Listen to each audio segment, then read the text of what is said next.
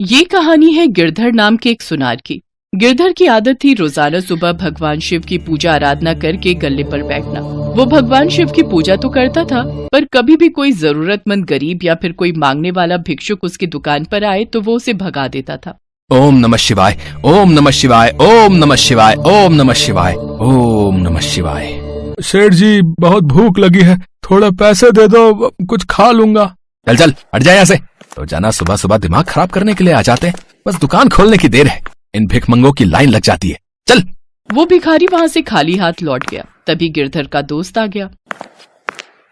क्या बात है गिरधर, तू इतना गुस्से में क्यों है? अरे क्या करूं यार, दुकान खोली नहीं कि ये भिखारी मांगने आ जाते हैं। ये बाजार में हर समय भिखारी घूमते रहते हैं। बहुत परेशान किया हुआ यार इन्होंने। चल छोड़ गुस्सा, कोई बात नहीं, एक कप चाय पिला यार। हाँ अभी मंगवाता हूँ।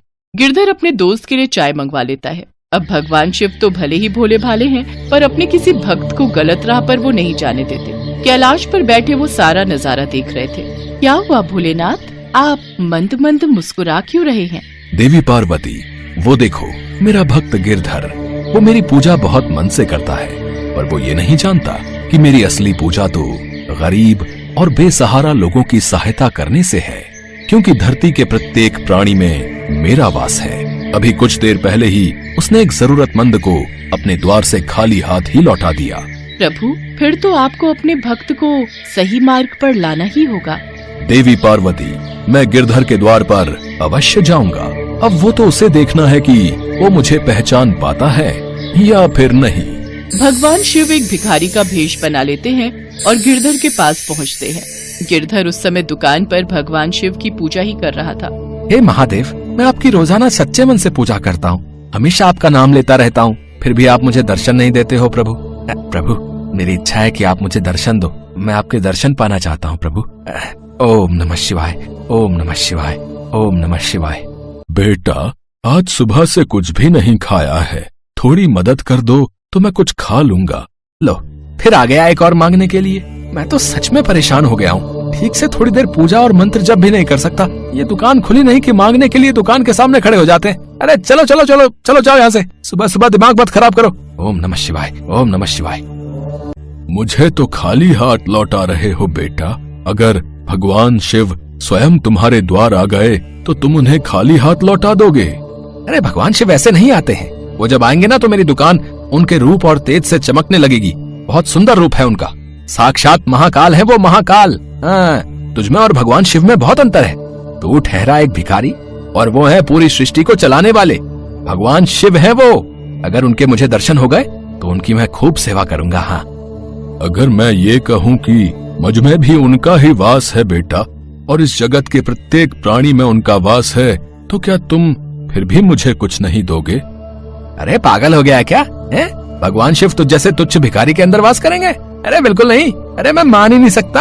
अरे तुझे भीख मांगनी है ना, इसलिए तू ऐसी बड़ी बड़ी बातें कर रहा है। भगवान शिव ऐसे दर्शन नहीं देते। वो क्या भिखारी बनकर मेरे द्वार पर आएंगे? नहीं नहीं, वो तो बहुत सुंदर रूप में मुझे दर्शन देंगे। तू जानता भी है भगवान शिव कैसे दिखाई देते हैं। कैसे दिखाई देते हैं? कहीं ऐसे तो नहीं? और फिर भगवान शिव अपने वास्तविक रूप में आ जाते हैं। उनमें इतना तेज था कि गिरधर की आंखें उन्हें ठीक से देख भी नहीं पा रही थी। हे महादेव, आप मेरे द्वार पर आए और मैं आपको पहचान भी नहीं पाया। मुझे क्षमा कर दो प्रभु, मुझे क्षमा कर दो। गिरधर, तुम मेरे परम भक्त हो, इसलिए मुझे तुम्हें दर्शन देने तो आना ही था, पर याद रखना मैं सभी प्राणियों में वास करता हूँ। मेरा अनंत स्वरूप हर प्राणी में विद्यमान है, इसलिए सभी प्राणियों का आदर करो। भूखों को भोजन खिलाओ, प्यासों को पानी पिलाओ, दान पुण्य करो। पशु पक्षियों और जानवरों को कभी भी कोई कष्ट मत पहुंचाओ। पशु पक्षियों और जानवरों को कभी भी कोई कष्ट मत पहुंचाओ। सदैव दूसरों की भलाई करो, तभी तुम्हें मेरी पूजा का फल प्राप्त होगा। मैंने भिखारी का भेष इसीलिए बनाया था ताकि मैं तुम्हें सही मार्ग दिखा सकूं। मुझे क्षमा कर दो प्रभु, मैं अब ऐसा कभी नहीं करूंगा, कभी नहीं करूंगा। मेरे द्वार से कभी कोई खाली हाथ नहीं लौटेगा। मैं आपको वचन देता हूँ प्रभु, मुझे आपके दर्शन हो गए, मेरा जीवन धन्य हो गया। हे शिव शंकर, आपकी सदा ही जय हो। जय भोलेनाथ। इसके बाद भगवान शिव वहाँ से अंतर्ध्यान हो जाते हैं। उस दिन के बाद गिरधर के द्वार से कभी भी कोई खाली हाथ नहीं लौटा। इस कहानी से हमें यही शिक्षा मिलती है कि हमें अपने सामर्थ्य के अनुसार निर्धन और जरूरतमंद लोगों की मदद अवश्य करनी चाहिए। एक बार भगवान शंकर तपस्या से उठे तो माँ पार्वती उनके पास आई और बोली, स्वामी, आप सारा दिन पर्वत पर बैठे रहते हो और मैं सारा दिन घर का कामकाज करती हूँ, भूखी प्यासी बैठी रहती हूँ। आप कुछ नहीं कमाते हो, मैं क्या खाऊं, क्या बच्चों को खिलाऊं? आपने कभी इस ओर ध्यान भी दिया कि परिवार कैसे चलेगा? माँ पार्वती की बातें भगवान शंकर ध्यान से सुन रहे थे। आप मेरी एक बात मानोगे स्वामी? मैंने तुम्हारे साथ फेरे लेते हुए 7 वचन निभाने का वादा किया था। तुम कहो तो मैं तुम्हारी बात अवश्य मानूंगा। तो फिर ठीक है, एक काम करो, आप वृंदावन चले जाओ। एक आपका अपना नंदी बैल तो है ही, और एक बैल आपका वहाँ कन्हैया से मांग लेना। कन्हैया के खेत हैं, आप वहाँ पर खेती करना और जो फसल उगे उसे ले आना। कुछ तो काम चलेगा। लेकिन एक बात का ध्यान रहे स्वामी, आप वहाँ जाकर कन्हैया से कहना कि आप खेती ऊपर की लोगे और नीचे का हिस्सा कन्हैया को देना। ठीक है देवी पार्वती, मैं अभी नंदी बैल पर बैठकर वृंदावन जाता हूँ। इसके पश्चात भगवान शंकर अपने बैल नंदी पर बैठ गए और कन्हैया जी के पास जाने लगे। रास्ते में नंदी बैल उनसे बोला, प्रभु, हम जा तो रहे हैं लेकिन ये कन्हैया बहुत चालाक हैं, बहुत तेज हैं। कोई नहीं, जो होगा सो देखा जाएगा। मैंने पार्वती को वचन दिया है कि अब मैं खेती करके ही लौटूंगा। और फिर इसके पश्चात शंकर जी अपने बैल नंदी के साथ कृष्ण जी के द्वार पहुँचे और अपना शंख बजाने लगे। शंख की आवाज सुनकर कृष्ण जी द्वार खोलते हैं तो उनके सामने भगवान शंकर खड़े थे। कृष्ण जी भगवान शंकर को प्रणाम करते हैं। भोलेनाथ, आप आइए, भीतर पधारिए। अचानक कैसे आना हुआ? मुझे संदेशा भेज देते, मैं आपसे मिलने आ जाता। कन्हैया, मेरा एक काम है जो केवल तुम ही कर सकते हो। हाँ हाँ, बताइए, मैं आपकी किस प्रकार सहायता कर सकता हूँ? मुझे आपके खेतों पर खेती करनी है। एक बैल मेरे पास है और एक बैल आप अपना दे दो और अपने खेत पर मुझे खेती करने के लिए दे दो। क्यों मैया, आपका क्या विचार है? भगवान शंकर हमारे खेतों पर खेती करना चाहते हैं। हाँ, तो कोई बात नहीं, अच्छी बात है, हमें भी बनी बनाई फसल मिल जाएगी। पर मेरी एक शर्त है, खेती में आप जो भी मुझे बोने को कहोगे वो मैं बो दूंगा, पर खेती का ऊपरी हिस्सा मैं रखूंगा। तो आप बताओ मैं क्या बो दूं? ठीक है, मुझे मंजूर है। एक काम करो, आप ना आलू बो दो। ठीक है, फिर मैं फसल तैयार होने के बाद ही आपसे मिलूंगा। इसके बाद शंकर जी बैलों को लेकर खेती करने चले गए। उन्होंने खूब मेहनत से खेती की और आलू उगाए। कुछ दिनों में आलू की फसल पककर तैयार हो गई।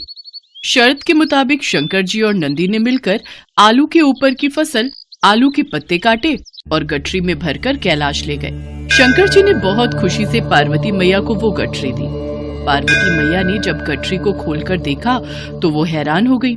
उस गठरी में तो पत्ते ही पत्ते थे। प्रभु, आप ये क्या उठा लाए हो? खेती कहाँ है जो आपने की थी? पार्वती, मैंने तो वैसा ही किया जैसा तुमने मुझसे कहा।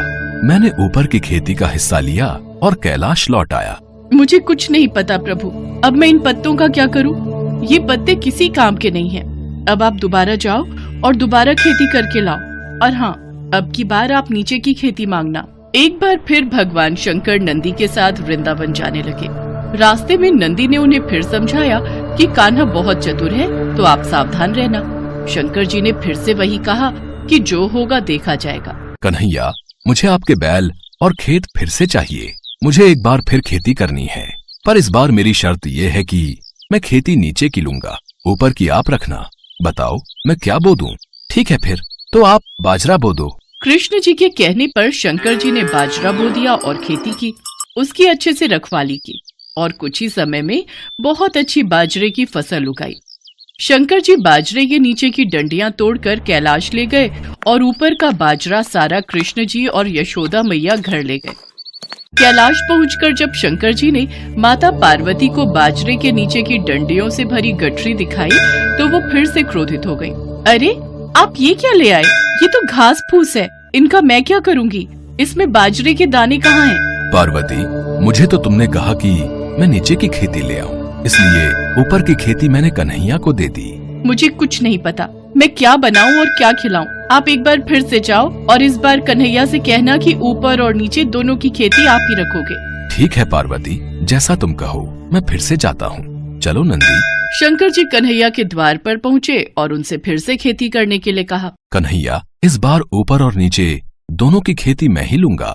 बताओ मुझे क्या बोना है। ठीक है, इसमें मुझे कोई आपत्ति नहीं है। आप इस बार मक्का बोलो। इस बार आप ऊपर और नीचे की खेती ले लेना और जो बचेगा वो मैं रख लूंगा। शंकर जी फिर से खेती करने लगे।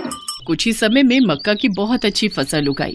कृष्ण जी यशोदा मैया के साथ मिलकर बीज का हिस्सा यानी कि मक्का तोड़कर घर ले गए और ऊपर और नीचे की फसल भगवान शंकर कैलाश पर्वत पर ले आए।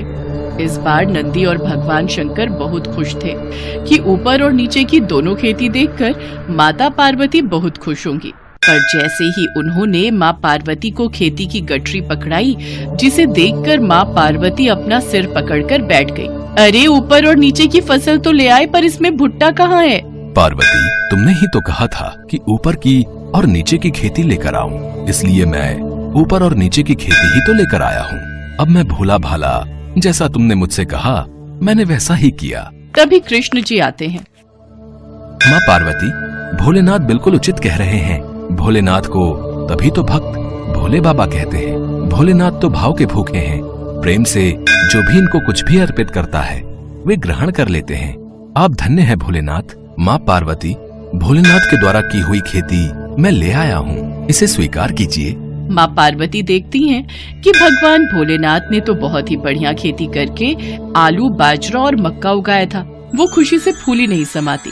कुछ भी कहिए स्वामी, पर आपने नंदी और कान्हा के बैलों के साथ मिलकर बहुत बढ़िया खेती की है।